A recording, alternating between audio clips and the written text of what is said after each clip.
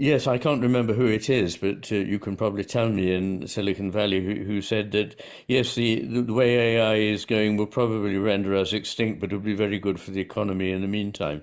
And that perhaps sums up the left hemisphere's approach to these things. It only understands power, control, utility, and as a sort of subset of that, pleasure, which is assumed to be what these things give, although, by the way, they don't. Um, People who have as much power as you can conceivably imagine are lead unhappy, anxious lives. But there we are. I can tell you for free as a psychiatrist. But yes, what? How do we get back on course? Well, partly, of course, you won't be surprised to hear me say that even below the fixing of values is this business of the hemisphere balance, because you mentioned there the idea of a complicated machine that can be fixed versus a complex system, which is the difference being that a complex system is intrinsically indeterminate. It is intrinsically free. It is intrinsically not controllable.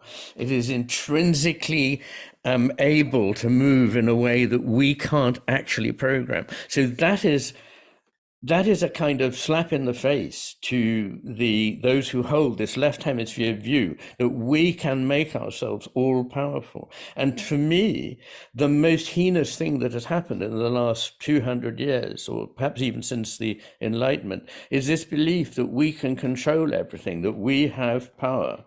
And if only we could have humility enough to understand how little we know, how little we really understand what we're dealing with, and how helpless we will be in the face of things that we are now setting loose, then it might not be too late to do something about it. So regaining some sense of humility and awe before what it is we're seeing, respect for these things, not the whole idea that we make them all up, of course, is a version of this idea that we are the creators of everything we see. We are the creators of all that we experience. Excuse me, we are not. We are the receivers. We are the grateful, or should be grateful, recipients of some enormous gift that we only partly understand. And we have a responsibility to respond to that. That's, of course, at the root of responsibility is this idea you have to respond to something. And that something is calling to us to behave in a different way. So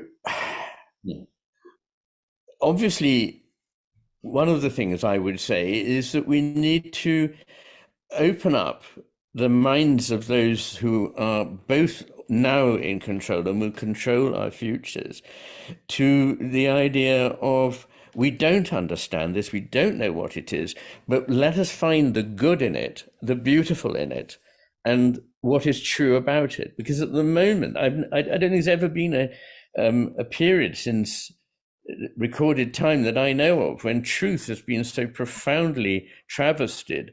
And with the development of AI, it's going to be almost impossible for education, for the law, for politics to function if we don't know whether something is a video clip that is made up by a computer showing a politician saying things he never said. When we get to that, and how do we know that the children or the young people we're teaching have really understood anything if they can generate an essay that will satisfy an examiner? It's going to negate all the things on which a civilization is built. And what a civilization is for is to guarantee that we are better at seeing the beautiful, the good, and the true, which to me are, with the sacred, which goes above it, is the most important value of all. Yeah, no, and this is the one of the central risks that people don't see in terms of catastrophic risk is the true collapse of culture and truth at this in value, because what occurs there is basically, and I'm not going to steal Benito Roy's thunder, but basically it's like a schizophrenic break at the level of culture where the entire culture gets out of touch with the ability to perceive value, and AI is the thing that could perpetrate that. break.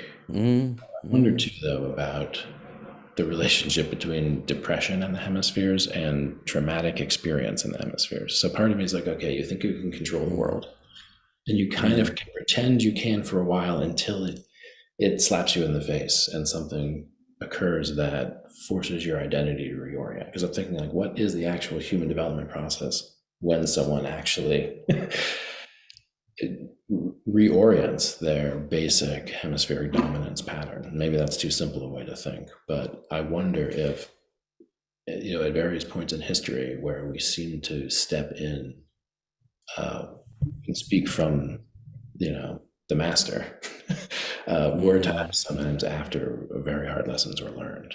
And so I'm mm. wondering if one of the things that will reawaken the perception of value is actually the occurrence of catastrophe and tragedy. Um, Yes, I think that's right. And I wouldn't cast it myself in terms of depression, trauma, and the hemispheres, because that's just too complicated. I mean, I think there's something in it. And you know that I devote a whole chapter in The Matter with Things to showing what the correspondences are between a left hemisphere dominated picture of the world and a right hemisphere deficient picture of the world, and that of the subject with schizophrenia. So that is very much like left hemisphere overdrive, and it's been commented before I drew these parallels by people like Louis Sass that something seems to be happening to our culture, which is rather like what happens in schizophrenia. And of course, schizophrenia is a very distressing condition, which often does lead individually to suicide.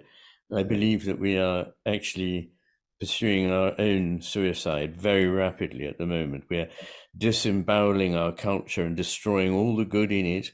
We are disemboweling and destroying the beauty and the vibrance of nature.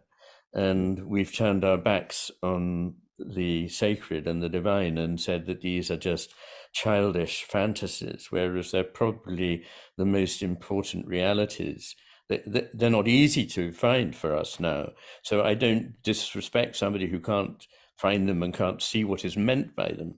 And indeed, I think that the talk about them is quite problematic. And no doubt I'll talk to someone else in another session about that. But nevertheless, I think these values are hugely important and we are losing them.